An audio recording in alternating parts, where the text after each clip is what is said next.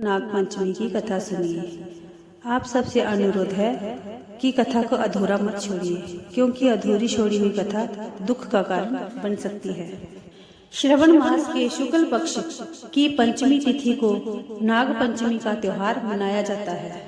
इस दिन भगवान शिव और नागों की पूजा की जाती है। अब आप ध्यान पूर्वक पूरी कथा सुनिए। प्राचीन काल में एक सेठ जी अपने 7 पुत्रों और बहुओं के साथ रहते थे।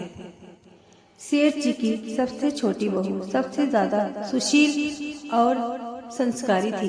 एक दिन सबसे बड़ी बहू ने अपनी सब देवरानियों से कहा कि चलो घर को लीपने के लिए पीली मिट्टी ले आते हैं। सभी देवरानियां डलिया और खुरपी लेकर मिट्टी लेने चल दी। जब वह मिट्टी खोदने लगी तभी वहां एक सांप निकला।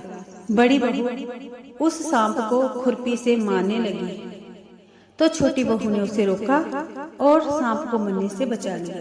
तब सांप एक कोने में जाकर बैठ गया और छोटी बहू सांप से बोली, आप यहाँ से जाना मत, तब तक मैं आपके लिए दूध लेके आती हूँ।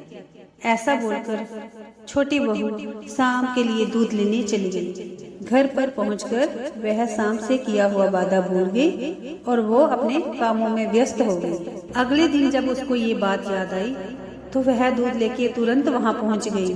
तो उसने देखा कि सांप वहां पर बैठा उसका इंतजार कर रहा था। वो उसके पास गई और उससे माफी मांगने लगी और कहने लगी, भाई मुझे माफ कर दो, मैं घर जाके अपने कार्यों में लग गई और आपसे किया हुआ वादा भूल गई।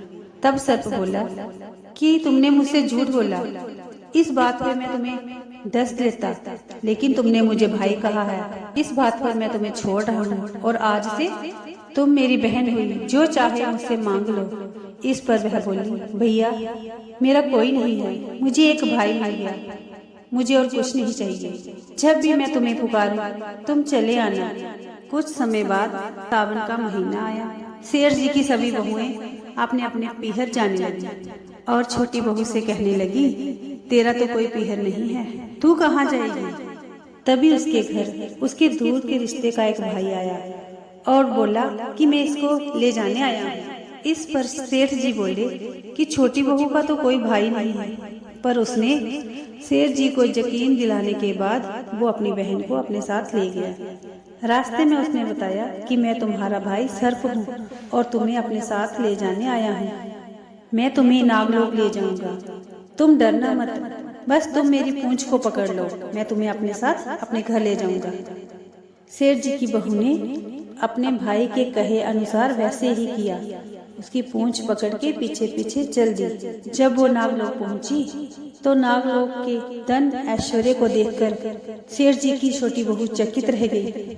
सर्प उसे अपनी माता के पास ले गया और बोला, माता ये मेरी बहन है, इसने मेरी जान बचाई थी और अब ये कुछ दिनों के लिए हमारे पास रहने आई है। सर्प की माता ने उसे अपने गले लगा लिया और वह खुशी खुशी उनके साथ रहने लगी। उस समय वहाँ पे शेषनाग के बहुत सारे छोटे छोटे बच्चे जन्मे हुए थे।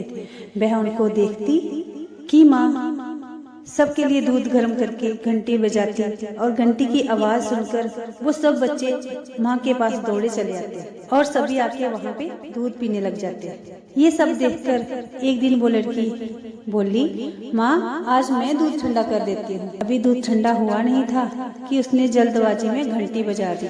घंटी की आवाज सुनते ही छोटे छोटे नाग दूध पीने दौड़ पड़े। दूध में मुंह डालते ही कईयों के फन जल गए। सभी सर्प कहने लगे कि हम इसे डस लेंगे, पर माँ के समझाने पर वह मान गए और उन्होंने उसको नहीं डसा। और माँ ने सेठ की बहू को खूब सारा धन दौलत हीरे जवाहरात लेकर उसको विदा कर दिया। जब वो घर पहुंची तो इतना सारा धन दौलत देखकर बड़ी बहू बोली कि भाई ने इतना सारा धन दौलत देकर विदा किया है तो इसे झाड़ने के लिए सोने की झाड़ू भी दे देता। ये सुनकर सर्प ने सोने की झाड़ू भी लाकर दे दी और उसकी माँ की तरफ से हीरे मोतियों से जड़ित एक बहुत ही अद्भुत हार दे दिया। उस हार की चर्चा पूरे गांव भर में होने लगी। जब ये चर्चा रानी ने सुनी कि एक बहुत ही अद्भुत सुंदर हार सेठ की बहू के पास है, तो वह उस हार को पहनने की जिद में राजा को बोलने लगी कि मुझे वो हार चाहिए। राजा ने तुरंत अपने सैनिक वहां भेज दिए। राजा के सैनिक सेठ जी के पास गए, उस हार की मांग की। सेठ जी ने वो हार राजा के सैनिकों को दे दिया। इस पर सेठ जी की छोटी बहू बहुत दुखी हुई और अपने भाई सर्प को याद करने लगी। भाई तुरंत आ गया और उसने अपने भाई को सारी बात बता दी।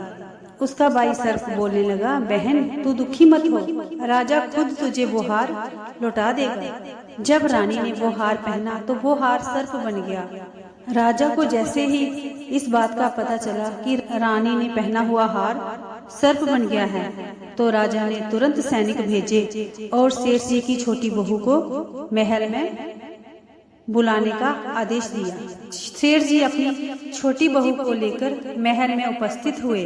राजा ने छोटी बहू से हार के बारे में पूछा, तो सेठ जी की छोटी बहू ने अपने भाई सर्प द्वारा दिए गए हार के बारे में सब कुछ बता दिया। तभी वह नाग वहां प्रकट हुआ और बोलने लगा, ये मेरी बहन है।